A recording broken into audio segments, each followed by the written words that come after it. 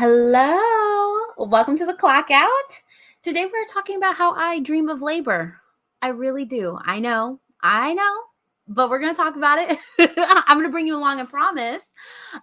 Because I feel like honestly in the world, believing that, Black women should just show up for a paycheck, believing that Black women should enjoy their work, be able to show up as their full selves. I think all of those things are rooted in palm colored supremacy. Okay.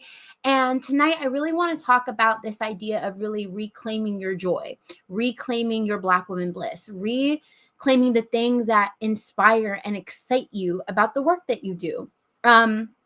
I always really just drains me. It drains me when a Black woman will get on a call with me and she will be like, I just don't enjoy my work anymore. I used to really be passionate about this field, this job, this whatever, but really how I've been treated, how I've shown up and tried to do the most and try to help has not been rewarded or respected.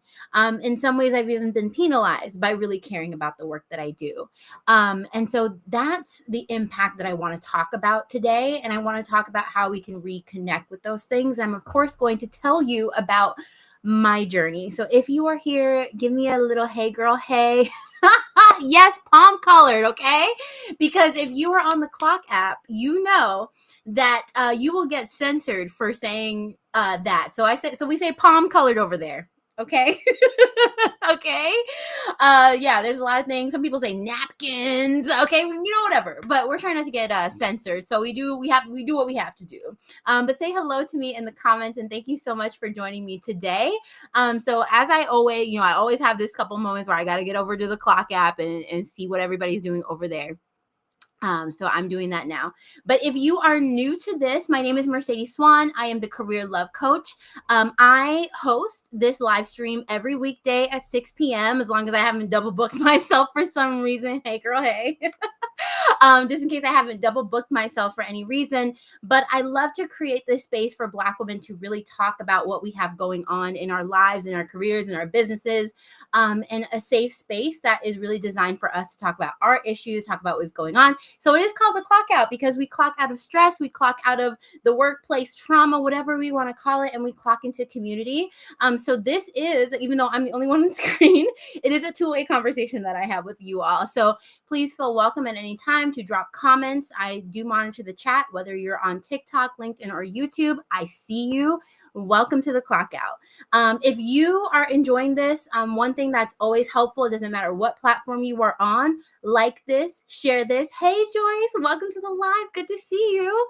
Like, share, comment. This absolutely helps me reach more Black women to talk about these important topics. And before we get started, I'm going to share one last thing before I get started.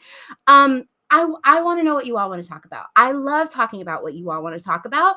So essentially, if there are any topics that you want to kind of get my expertise on, you want to get insight, guidance, whatever that is, let me know. We're going to add it to the list, okay? Because I got lots of lives to do every weekday at 6. Okay, I can keep going. Hi. Okay, run it up, Joyce. Joyce is like, hi. Do it, girl, do it. Okay, so let's get started. So as we kind of go into this, I want to know, do you feel, and I know often we do not feel like we can show up with our full selves, but maybe give me a percentage. What percentage do you feel like you show up at work with as your full self, right? So give me a 10%, 100% is I don't hold back. It's my whole self at work. 0% is I don't show any of who I am as a person, emotions, feelings, whatever. Let me know in the comments. So give me 0 to 10%, whatever that feels. Hey, Frizzle Fry. Okay. I love the names. I was like, is that a bad word? No, okay, I have no idea. Okay, how do we move in the new climate of no more DE&I? Okay, noted. We're gonna talk about that. That's getting on the list today. Okay, all right, because I did a DE&I one a couple days ago, but I'll definitely add this to the list. Okay, so one of the things I'm going to start off by saying, I hear all the time people, especially if, especially in this climate of workplace. I mean, we somebody said 1%. It's 1%. Okay. Do we have anybody that's a little bit higher? I know. I feel that. It's okay. 1%. It's okay. Anyway, 1% is good. I feel you. I'm glad you're here. We could talk about it. But yeah, keep giving me those percentages. But I feel like there was an interesting conversation that I had. And it happened a while ago where I was posting, like, I want to love what I do. I want to talk about my purpose. I want to talk about my passion at work. And I got a couple comments that were like, oh, I don't dream of labor. There is no dream job that I could ever have because I don't want to do it. Doesn't align with me. And I also see, like, I see that language. And then all at the same time, I see language that's also like, if you do what you love, you never have to work. And I'm going to be honest with you. It's the palm colored people with that statement, right? It's the palm colored people with the statement that says, if you do what you love, you never have to work a day in your life. And so, like, why don't, as Black women, we have that right as well? Like, why don't we get that? And that's what I want. I want all of us to be able to love what we do, show up at work as our full selves. And it is absolutely a part of diversity, equity, and inclusion to do this. I'm interesting. Okay, tell me more about this statement. It says, it's school. What should people expect? I want to know what you mean by that. I don't know. And I'm not being like trying to be silly. I don't actually know what you mean. Okay. Love you. Okay. So that being said, like, I do have, and I know it's because we deal with a lot in the workplace. Thank you so much for the likes, B. Welcome to the live. So we do deal with a lot in the workplace. And I know that's why a lot of times we feel like we can't have our full joy in the workplace. But I feel, so I love Maya Angelou. So I have this book. And one day I just opened it up. I was actually going to record some content.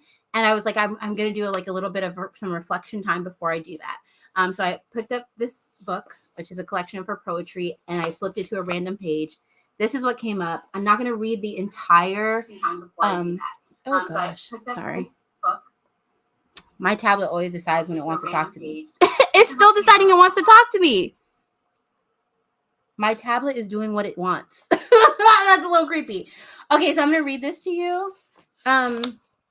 And like, I'm not going to read it all, but I would encourage you to go read the rest of it. So this excerpt that I'm reading is One More Round by Maya Angelou. And so it says, there ain't no pay beneath the sun as sweet as rest when a job's well done. I was born to work up to my grave, but I was not born to be and I can't say the S word, but we know the status of how Black people were treated and are in America, right? And so I can't say the last word because that's why I gotta say palm color, okay? They're censoring us over here, so I can't say the S word. But I loved it because it was this idea, and I think this really embodies it, right? Like, I was born to do work. I was born to do things. I was born to labor, right? And that's how I feel about it, but I was not born to labor that way. And I think, like, how do we take control over the labor that we choose? Like, I call my business, I call the coaching that I do, like, labor of love. And it's because I get to enjoy and I get to do what I want to do. But I was not meant to be S word for somebody else, right? And I don't just mean in business, right? Because I truly believe that, like, not everybody wants to have a business. Some people really want to do the 9-to-5 thing or freelance, however you choose to do the work. But what I'm saying is that I choose not to be in oppression in that. And I choose not to be my full self in that. So that's what I'm talking about. Okay. I'm gonna come back to this comment. Frizzle Fry in the comments. Okay. All right. Okay. Sorry if you all were saying something to me on TikTok. It was just being weird, so I couldn't see. But let me know if you all have any comments. Okay, so I'm going to talk about my story and tell you, like, why I feel this way.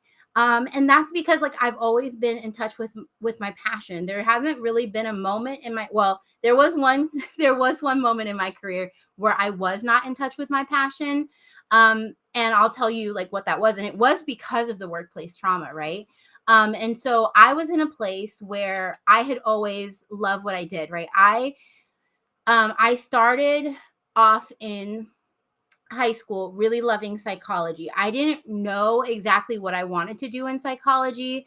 I didn't know, like, what path I was going to take, right? People often talk about psychology the way that they talk about artists, right? Like, it's not a career path that people can really thrive in, make money in, which is not true.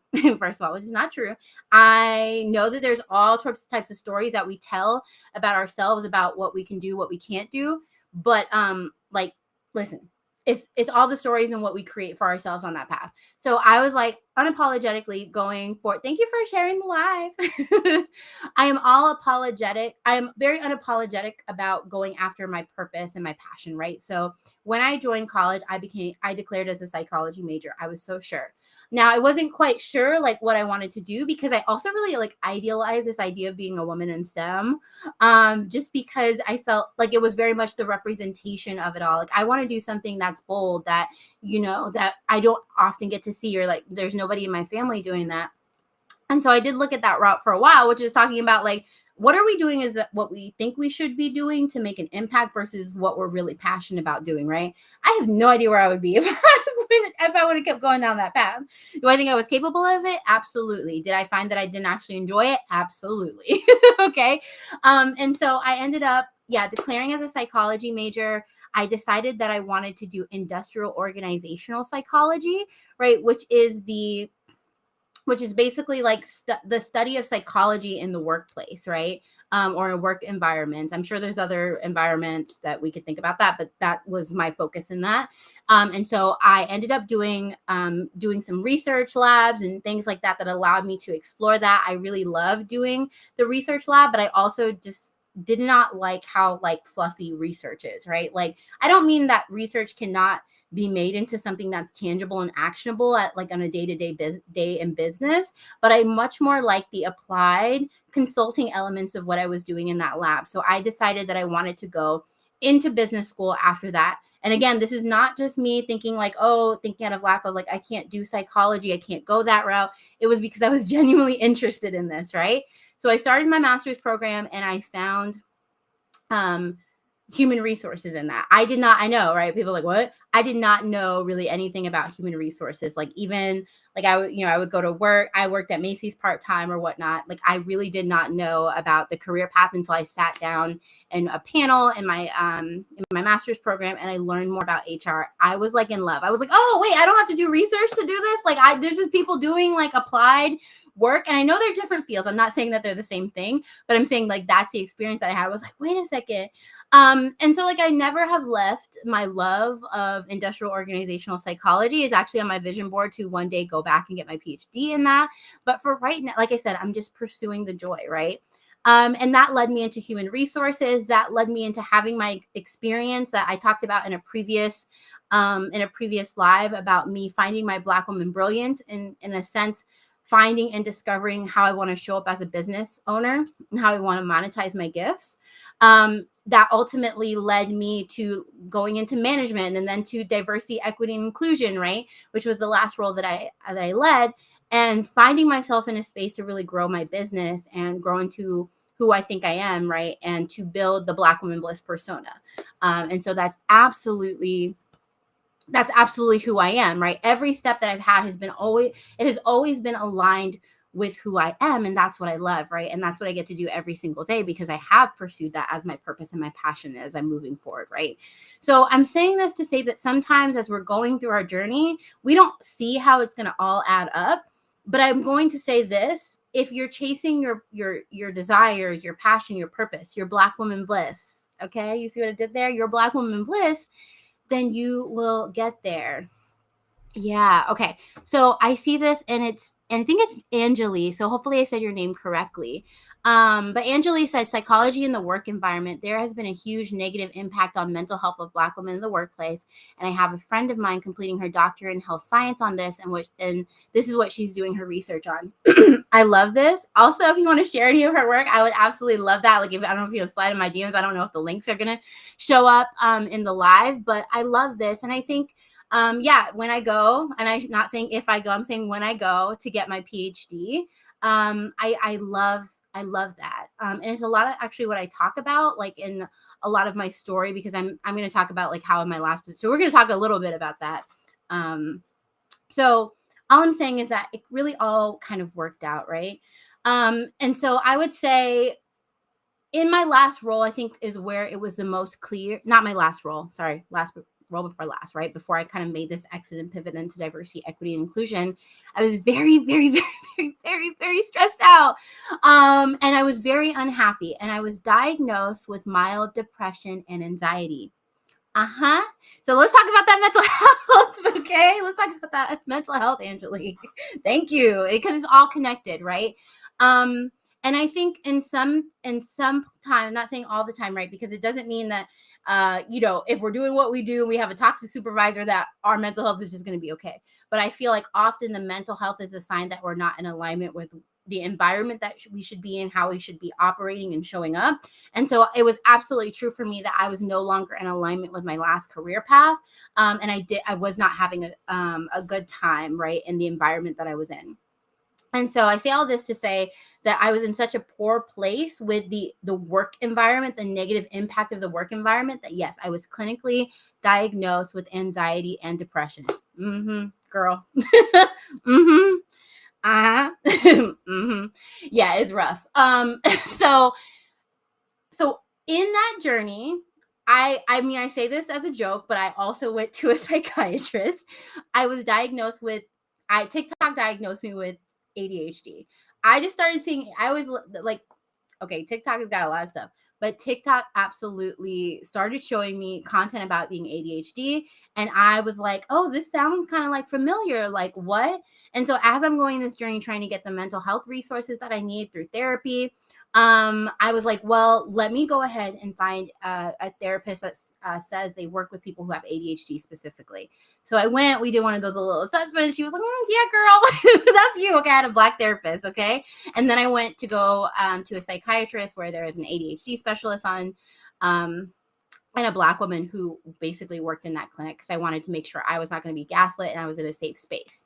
And so one of the things that I noticed was that me masking, which I didn't know at the time, me masking all of my ADHD symptoms was no longer possible in that space because I was so stressed and I didn't want to fail in the job, because I was one of the, I was a Black woman in management there, right? I was Black excellence there. I was doing all of the things. I was impressing everybody. And I didn't want to fail. And so I took all of that on and I managed all of the symptoms, all of the anxiety, everything, until it was till I fell into this mental health crisis, right? And it was after that I mean, some of that I'm still recovering from today, right? Do I have days without anxiety? Like, is it all the anxiety gone? No, absolutely not. I'm definitely not depressed anymore, which I'm very blessed and thankful for. But the idea of thinking that what I had to do or who I had to be and how I had to show up, which was not myself, and how that impacted me and my mental health, that is what I'm here to talk about, right?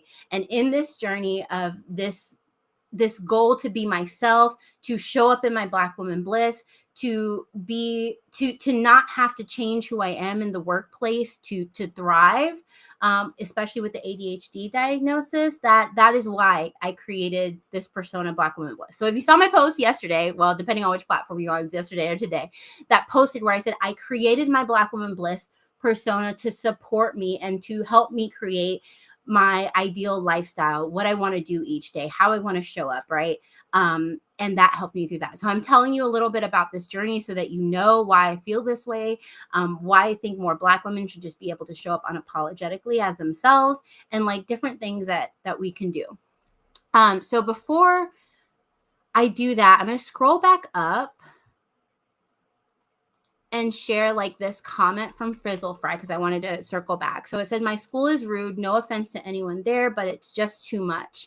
And I think that there's a lot of, and I'm assuming that this is in relation of why you feel like you can't show up as your full self. With how we're showing up with DE&I, with what's going on in the world, I think it's going to be very, very challenging to find work environments and places where we can thrive. My honest opinion on that, at least for me, is that I'm not going to choose to exist in a place where I can't be my full self. And so we're going to talk about this later, but for me, that means showing up unmasked in an interview. That means disclosing that I have ADHD. That means that I am bubbly and giggly and I laugh a lot and I'm my extra self, however I show up. And I will just expect people to be okay with that, because the way that the way that I feel about myself is that there's nothing about me that is negotiable.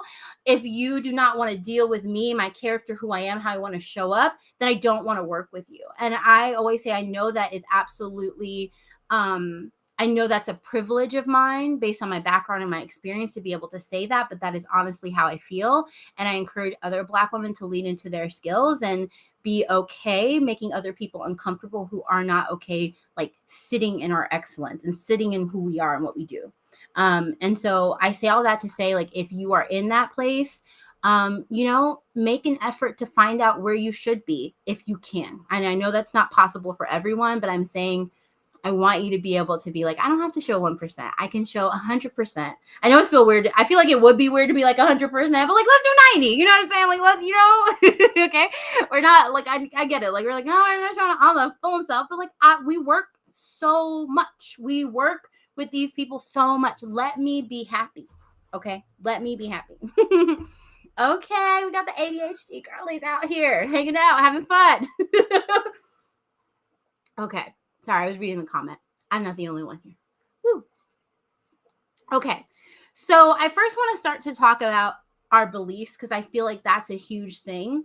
Like a lot of times if we believe something, thank you for the likes on TikTok. Sorry I was missing them. I was on a rant. I love y'all over there. Hey. So I feel like a lot of our beliefs impact like what we feel, right? Like, so I just told you what I believe about how I should be able to show up at work. I can't say that I always believe that. I mean, I think some of it was not really understanding the dynamics because I wasn't like diagnosed from ADHD and I didn't understand that I was masking all of my symptoms and I didn't understand the perfectionism.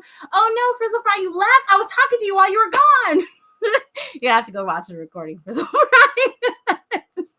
I'm sorry, I did not know you left. Okay, well, I'm sorry that I missed you while you stepped away. Okay. But I think I know that our beliefs, they impact our decisions, right? So if you don't believe that you could find a positive employer that will fully accept you, that will love who you are as a person, that will create an inclusive work environment, will you go look for it? No, because it's not a belief that you have that's possible. And so I want to talk about like some of the beliefs that we often have, which is, right, we cannot be ourselves at work. A belief is that we show up for a paycheck. Like one of the ones that always drives me crazy is like, I don't have friends at work. Okay. Like I don't know. We're not friends. Okay. I go to work for a paycheck. Yes. I'm sorry. Missy. Oh, Pooh. Yeah, I did. You did. You're gonna have to go back. I did answer your statement. I did answer your thoughts. I didn't know you were gone though. I'm sorry. Okay. I just don't want people who are listening to hear it twice. It's okay. You watch, rewind. Okay. Yeah. I show up for a paycheck, which is like, why shouldn't we get to like enjoy or be okay or like I don't mean that these are your best friends, right? Like yes, if you leave there, like, well, first of all, I have friends that have left in past workplaces that I consider friends, like real friends. Okay. So that's that first of all. But if you're never open to it, you may not meet them, right? That's where we spend all of that time, right? So why wouldn't we make natural friends there? We spend so much time with them. So anyway, so I show up for a paycheck. I don't show up for friends, right? And I know some people believe that. I'm going to go through a couple others, but like, what is one belief that you really hold about work? Like, what's one thing that you're like, if somebody asked me to define my viewpoint of work, what would it be? Let me know in the comments. Let me know. Okay. The other one is kind of like this respectability and professionalism. So I actually used to think a lot about like how I showed up, right? I was like, am I too giggly? Am I not giggly? Am I too forward? Am I talking too much? Am I talking not enough? Like I would really analyze my behavior. And I will say I continue to do that. That's not something that I have fully recovered from. I will tell you that. Like it's something that I'm working towards as part of that masking, right? Where like, if you think about it, if you're like, what is masking in itself? What's masking yourself? What's masking your behavior, right? It's exhibiting behavior, at least in my thoughts, right? I do not have I did not go look up any type of clinical exercise, right? But it is the idea of like, I'm shifting my behavior to align with some standard in the workplace. I'm shifting how I act or what I do. in order to meet some standard that a neurotypical person has. Like, how should I talk? How should I interact with others? Like, should I like, and that's one of the things I talk about a lot is like the fidgeting thing, right? I didn't know it was a thing, right? I would definitely fidget. Oh, okay, sorry. I had a flag come up on TikTok. It's fine. Sorry, TikTok. But I would fidget, right? And I just didn't know that that was something that was helpful for people with ADHD, and so I would hide it.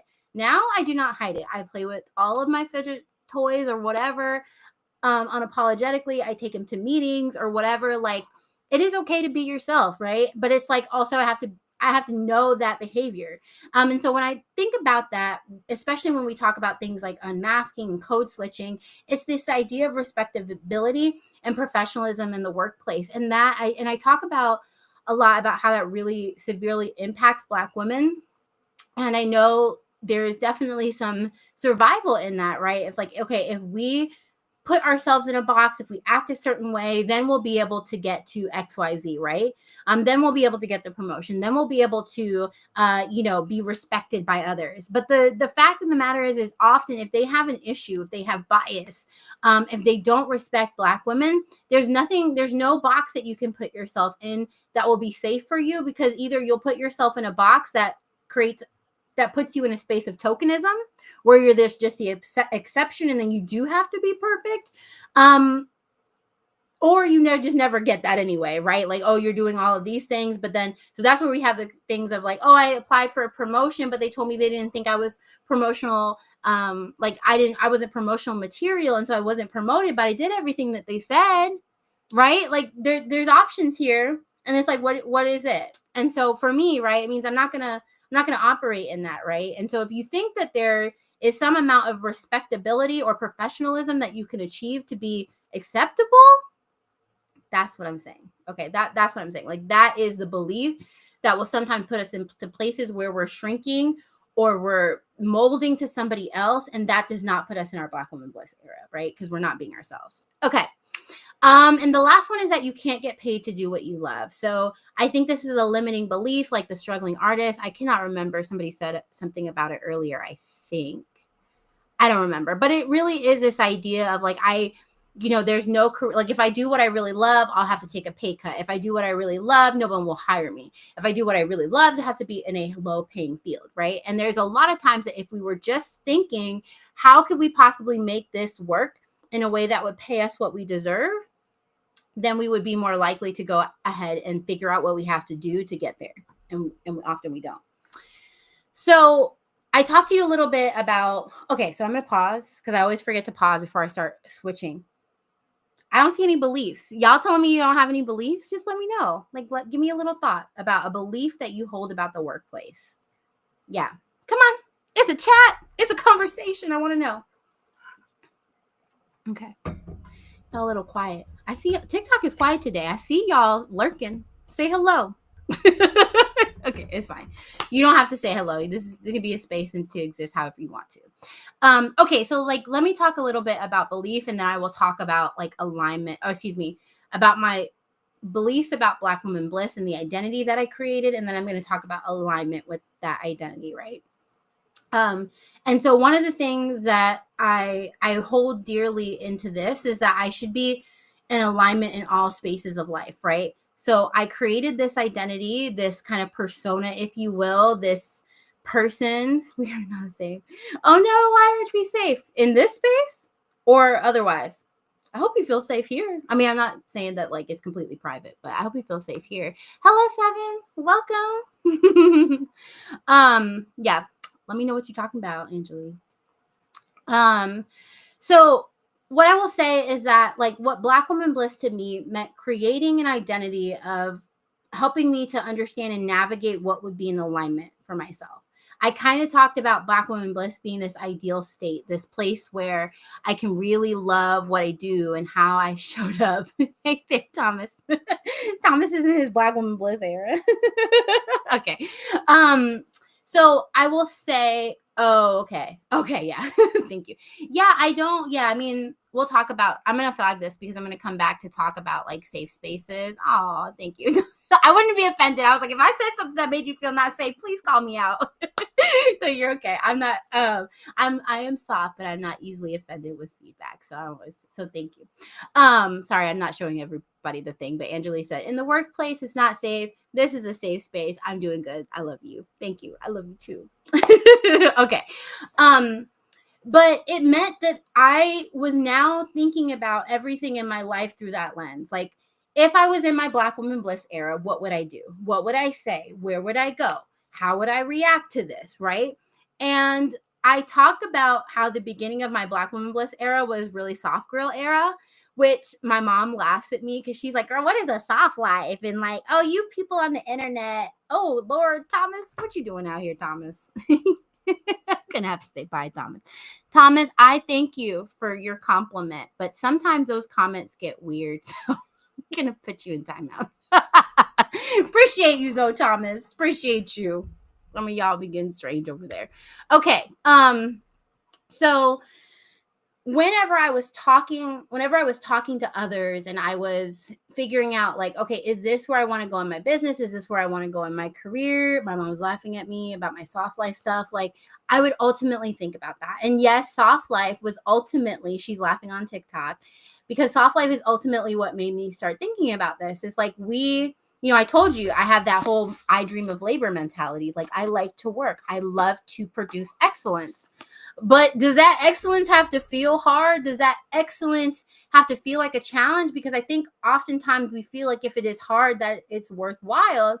And I feel like there's a difference between things being hard for the sake of them, from them being in alignment or out of alignment. Like, for instance, like a stretch goal, right? Like, building a business is uncomfortable, but I can't say what I do in my business each day as a coach is hard. And I feel like there's a difference in growth, and there's a difference in getting ourselves closer, like away from old habits that don't support us, into being blissful at work or being blissful in our businesses or in life, right? And I feel like those are different things. And so ultimately, like that soft girl era, whatever we call it, was something that helped me to rethink some of those things and to talk about bliss, and things like that. So I think one of, like, in reflection of this, like, and how our growth and our impact and what we do and what we learn ultimately impacts others. I think it was, when you're talking to others, you can't always see yourself. And I was talking to one of my clients, my favorite clients. Hey, Clyde, if you're on. She said, like, working with you as in me, working with me made her more strategic about thinking about what she was doing. And yes, we were working on career stuff, but my challenge to her was always, is this what you want to do? Is this in alignment? Is this something that you're passionate about doing? Or does it feel safe? Or does it feel like an easy pivot? Or are you running from something? And a lot of times we're doing all of those things instead of thinking about what we really want. So if you want to create yourself a persona that helps you think above yourself, what would the highest version of yourself do? What would the ideal state, if everything was perfect, if everything could come true, everything that you wanted, what would you do in that ideal state? And that's who Black Woman Bliss was for me. And that's how I'm honestly continuing to do this out in the world. Okay. I also want to say that I think unlearning unhappiness is something that should be a standard. I talk about how often, like, my ADHD, one second, I have my heater on. I actually got hot because I get all hot when I shouldn't say that, because we got some interest. We got some Thomases on YouTube. When I get all passionate, I get a little warm. Okay. So I feel like we've learned unhappiness, or we've learned that it's acceptable to be unhappy. And I don't mean that in a way that says, like, to minimize, like, your feelings or your thoughts, but I mean that we normalize it to say, like, this is okay. Like, we've normalized mistreatment in the workplace. We've normalized being uncivil. We've called it workplace culture. We've called it professionalism. We've called it a lot of things. And a lot of that does spawn from palm-colored behavior in the workplace, palm-colored supremacy in the workplace. But ultimately, there are a lot of things that I've reshifted and what's a standard for me. And again, I think if we're reshifting some of those thoughts, some that I have included in myself and like my mantra, like how I think about my worldview, I guess is what I should say, is that our purpose and our passion ultimately lead to greatness, right? So a lot of times we think, well, what, we're trying to define our legacy, or we're trying to define what we do next, or how we show up, right? And often we ignore our purpose and our passion for that goal, right? We think, oh, this will get us to greatness, and then we can do what we really want. Well, what if we just followed our purpose and our passion, and that led us to the greatness? And that's kind of the shift that I hope other Black women are taking from this. We also, feel that, like, in terms of our mental and emotional health, particularly in the Black community, we do not talk about that. And I think that's a way of also normalizing a mental and emotional discomfort or distress. I rag on my family a lot because they would be like, "You're really taking those happy pills?" Like they're talking about my anxiety and depression pills, right? I rag on them. Go ahead and call yourself out on on TikTok. And they would honestly be like, "Oh, you're gonna go take those?" And I was like, "Yes, I am. I am." And I need this. I need this relief. I need this reprieve. And because so much of mental health is not discussed in the Black community, I think ultimately, again, it normalizes it, right? It's the person that is going through something, but we don't talk about really what's happening, or making sure that person gets the right help that they need. And the last part is that I think when it comes to our career and our businesses and building a legacy, we often think about the metrics. We think about what others will say. Well, we also get stuck in the fear, right? And that's why I think a lot of times that growth and those stretch goals ultimately hold us back from moving from where we want to go ultimately. So I'm just saying that I think that there are a lot of normalized beliefs, but I think a couple things that we could shift around to help us to move into that Black woman bliss era is one, just really getting clear about what we want and that alignment. I'm going to talk about Rizzle Fry, stop leaving. Rizzle Fry said back again. Hey. And I think, getting into alignment of what we want, being really clear on what our purpose and passion is, because I think that connects with some of the implementation of our legacy, of what it means to be great, what it means to have success. I think one, right, your interest and your passion and your desire to do something and to do it well, I think is tied into that. And then I think you need to start taking steps. Welcome back, Frizzle Fry. We need to start taking steps towards those things, right? And I think that's how we get closer and closer to that Black woman bliss, and kind of overcoming the fear by doing. So Angela said, I'm at a point in my career where I am chasing impact. I'm in search for what aligns with God's purpose for my life. It really matters for me. Yeah, I gotta say, like, I didn't, for a while, I didn't quite know. Like, I was building this business because I knew I wanted a different paradigm. I didn't want to be stuck at work if I didn't want to be. I wanted to build a life that, like, allows me to travel and to not be in one place and to have ownership over my time. But I can't say that as I was chasing this business, I knew that's what I wanted. I knew I was passionate about, like, helping people in their careers, but I couldn't necessarily say that I found my purpose. When I just finally decided, and I don't mean finally as in though, like, oh, well, I guess I'll finally do that. I mean, I was too scared to do that. And I didn't understand the alignment. And so that's part of the alignment part that I'll talk about, is often that our purpose is in us, but we ignore it because it seems implausible. It doesn't seem reasonable. But if we were to lean into the discomfort, often we would see and find that purpose on the journey, right? Because we're all on a journey. Like, all of our past steps have prepared us for whatever moment we're in, especially when we feel like we're in line with our purpose.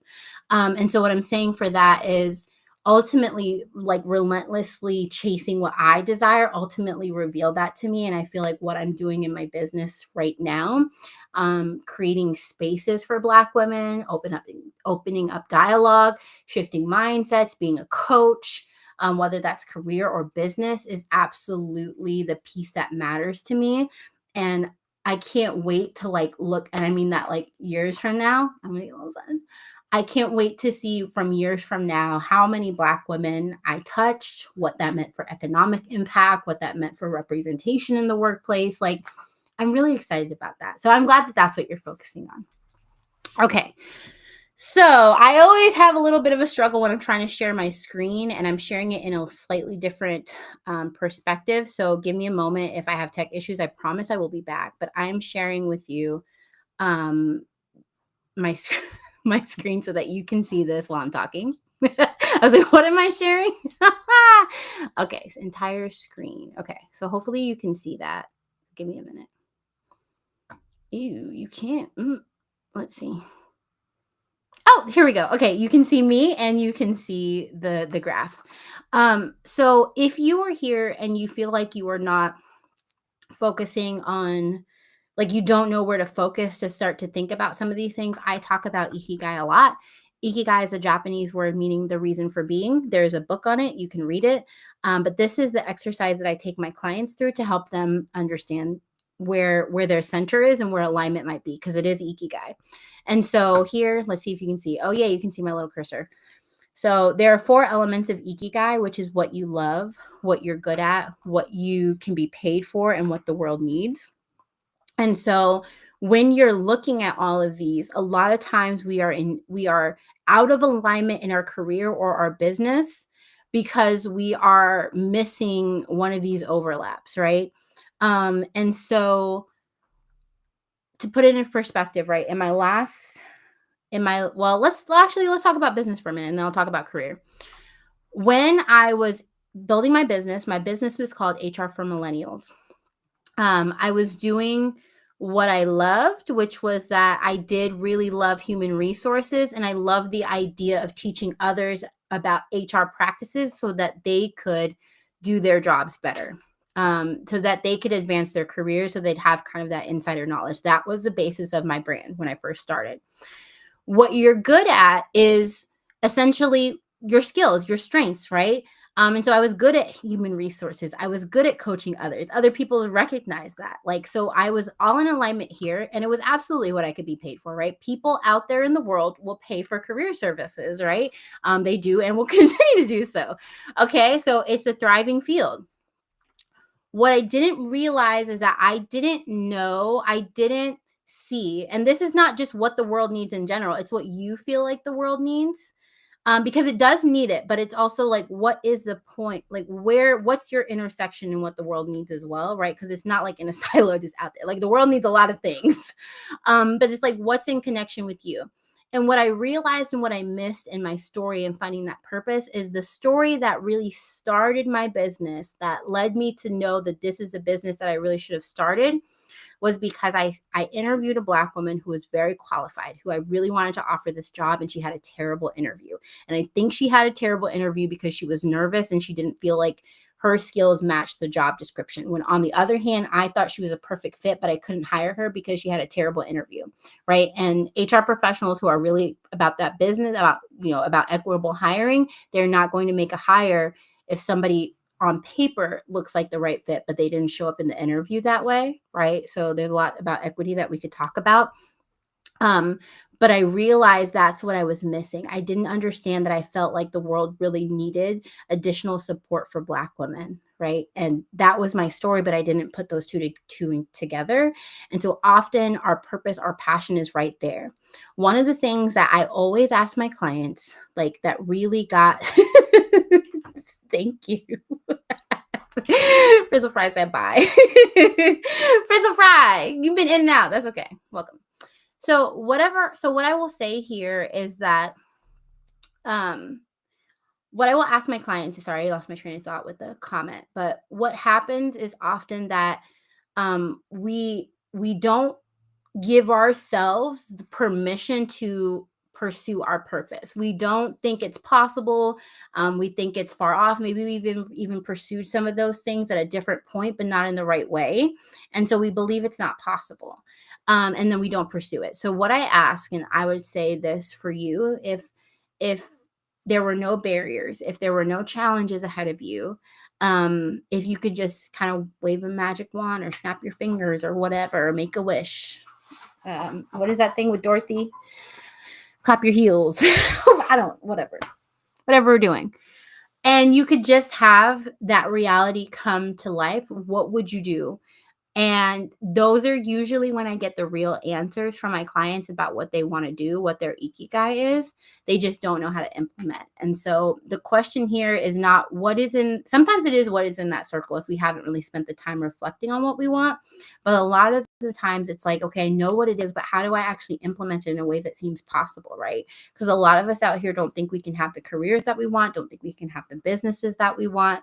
And that would help us to enter our Black woman bliss era, to be in a state of ease at work, to be in a state of bliss at work. That is what I want from you. That is how I feel about my career when I'm doing now all of the other stuff, all of the other stuff about the lack of safety, which I'm going to go back to. I know that makes it hard to feel the ease, but I'm saying, why make another barrier for yourself, right? Lean into what it is that you love and what you want to do. Okay, so I'm going to stop sharing Ikigai for a moment. Is that how I stop this? Stop screen sharing. Oh, hey. Okay, I'm back. Okay. So before I'm going to go over to questions in just a minute. So if you have any questions on TikTok, YouTube, or LinkedIn, please let me know in the comments. I'm going to do that. But before I do that, I just want to share that I'm in this place, right? I told you I'm pursuing my bliss. I'm here to help Black women build a career and a business and lifestyle that allows them to enter their Black woman bliss era, whatever that looks like. It doesn't look like mine. It's your Black woman bliss era. And so I'm creating an intentional community where we can really come together. I want this community to be safe. I want this community to be supportive. I want women who are truly dedicated to shifting and changing their careers and their businesses, and bringing that all into alignment. And so what I'm doing is I am relaunching my community. I'm having a launch party. I've actually got all my webinar dates ready for this. They are going to go live soon. But if you want to make sure that you get basically first dibs on joining me for the webinar and the launch party, you can scan this QR code. So I know if you're on your phone, you cannot scan this QR code, right? I know. I'm tech savvy. I know that you can't do that, right? But if you're watching this on like your TV or phone, or sorry, not your phone, or on your desktop or something, you can scan this code to register for my launch party. And then also, if you are online, you can go to the relevant links in my bio. So if you are on TikTok, you can go to the link in my bio. The first little form that you see there is to sign up for the launch party. So you can do that. Join me. If you are on LinkedIn, there should be a comment in the comment box where you can join me for the launch party there.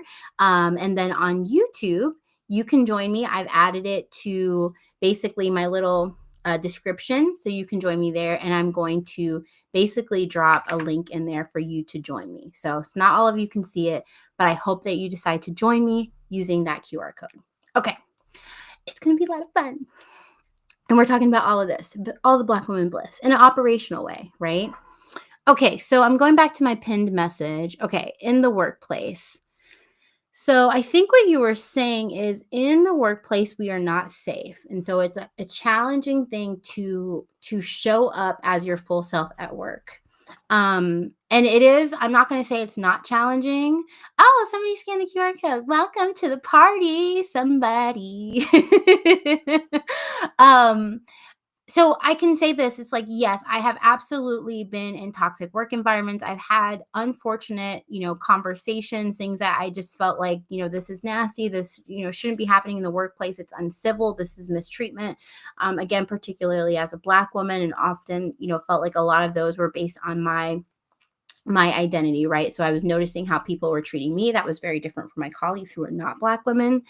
But what I can say is this, that at the end of the day, I was never going to choose to not show up as myself, because I had chosen to not show up as myself in the past. And I saw how I shrunk. I saw how it ate at me and my character. Oh, yay. Welcome to the launch party. But I feel like overall, like, even if we can't control what others do, we can't control what others say, but we can impact how we feel, right? And I feel like the compounding impacts of me dealing with toxic work environments, or toxic supervisors, or toxic leaders, ultimately, I was I was in a much better place when I was able to be myself authentically than when I was not. And I can say, like, I went through comparable, terrible experiences in both situations. And ultimately, I was able to better focus on me, what I wanted, my goals in that, because I centered myself in that. And so I know, yeah, we're not, this is the other part, right? And I think some of that ties into the part about what do we do about DE and I now? Like, what does this mean for us? How do we show up this new climate and things like that? And a lot of that, I just feel like it resist, right? Like, we, yes, people should know better, but I also think they choose not to do better because they think they'll be able to continue doing it. And for me, it's a hard no. Like, I want you to learn this lesson that this behavior and these actions are not acceptable. You cannot continue to treat Black women this way. If you do, we will leave. If you do, we will sue you. If you do, you will have an uncomfortable conversation. And I think because oppression and because we did need to have a stable paycheck and because we did not have freedom, right? We had to deal with a lot of those things. And for me, I didn't. I'm secure. Come play with me if you want. No, just kidding. Not really that way, but I think I wouldn't have said it that way. But what I'm saying is that I think if we are in a place where we can set our boundaries and things like that, I think that makes it better for the next generation of Black women that come behind us, where we're over time able to shift the narrative. And I know that seems so improbable and not possible in this environment. But again, I think the more of us who use our voice, choose not to shrink, show up as our full Black selves, um, and maybe our neurodivergent selves, again, changes what we view as acceptable or not acceptable, and how others behave and respond to us. Okay. So I know that's not like a full answer, but I hope that helps. Okay. But I'm glad we have this space, even though we don't have um, all of the spaces. Okay.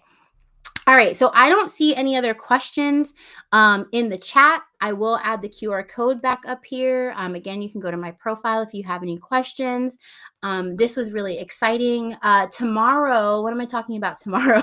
I always forget what I'm talking about tomorrow, and then I got to go to my list and be like, oh, yeah, this is what I'm talking about. So tomorrow I am talking, so I had Cassie, who's joined another live, who asked about talking about supporting Black-owned businesses, supporting tech.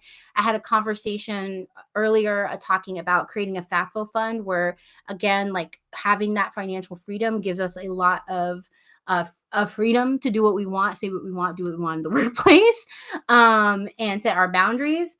But also there's kind of this idea of like, okay, well, if we are building wealth, how do we support other people? How do we support Black? How do we buy Black? What's going on with some of the conversation that I've had about Black-owned apps today. So I'm going to be having that conversation. Oh, okay. I'm gonna look at the message. So essentially, I want to have a space where we can talk about what it means to like support other Black-owned businesses while not allowing like the the connection points with white supremacy culture. Oops, I was supposed to say palm supremacy culture controlling how we view and how we interact with other Black businesses. And I feel like that's been a lot of this dialogue that we've had, where if we are not going to get equity from the systems that we work in, how do we support ourselves to cover that, right? And I feel like a lot of the conversations and discussion that we're having about Black-owned businesses is because we lack the infrastructure and access to resources. So I really just and also highlight some of the Black-owned social media apps that I'm using and like sharing. So I'm really excited about that. So that's what I'm working on tomorrow. Hi, Tamika. I'm about to get off because I have a call, but welcome. You can watch the live. Hey, girl. Hey. Okay, so that's really it. I always try and like leave with a wrap up statement, and I also see a message from Lauren, so I will address that. But essentially, I always want to leave asking, what are you going to do? Right? Like, yes, we can talk about this in theory, talk about what we love doing, talk about our Bliss era, but like, what is one thing that you're going to do to, get into your, get closer to your Black Woman Bliss era. I knew when I was in this really struggling place in my career, and in my business, I was really having a hard time continuing with my business. I was having a hard time making a profit. Like, I'm telling you, like, your life can change very quickly in a year. And I just kind of look back at it and I say, wow.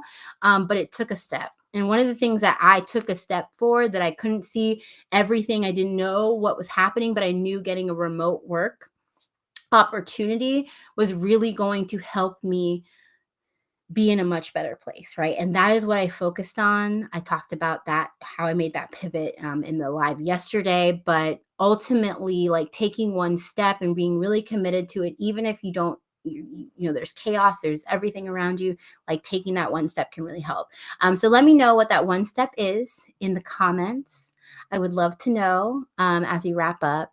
And hi, Tamika. Tamika said, ultimate goal is to leave my full time and do my nonprofit full time. I love that. Also, thank you. Oh. So Angela said, I might have to open my own practice, and that just might be my Black Girl Bliss. Yes, I love it. Let's do it. Okay, and so last, as I wrap up, so Lawrence, Lawrence is wondering if I work with guys. Yes, I do work with men. So I don't know what email or page you messaged me at, Lawrence, but yes, you can connect with me.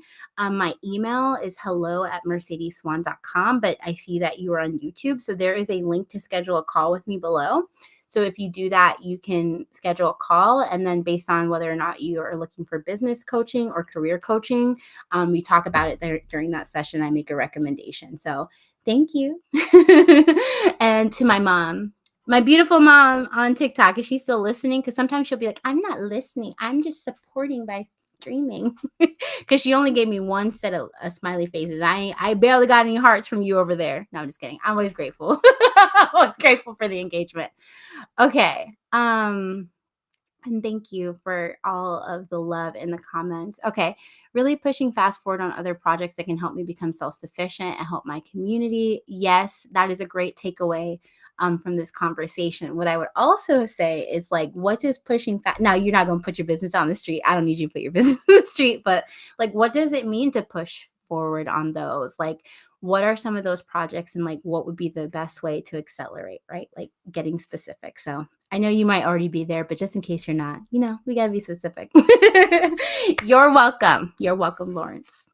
Okay, y'all, I am headed out for a clarity chat. This was really lovely. If you are watching this recording later, you will still have access to the launch party links. Oops, I'm still showing that. You will still have access to the launch party links. I hope to see you there. I'm really excited for this conversation, this next step, and I will see you for the next episode of well, it's not an episode, the next live stream of the Clock Out tomorrow at 6 p.m. where we're talking about buying Black, Black-owned tech, and then also a little bit of my dissatisfaction with TikTok and why I think we need to be spending more time with Black tech. Okay, bye. Love y'all. I will see you tomorrow. Y'all rock. Thank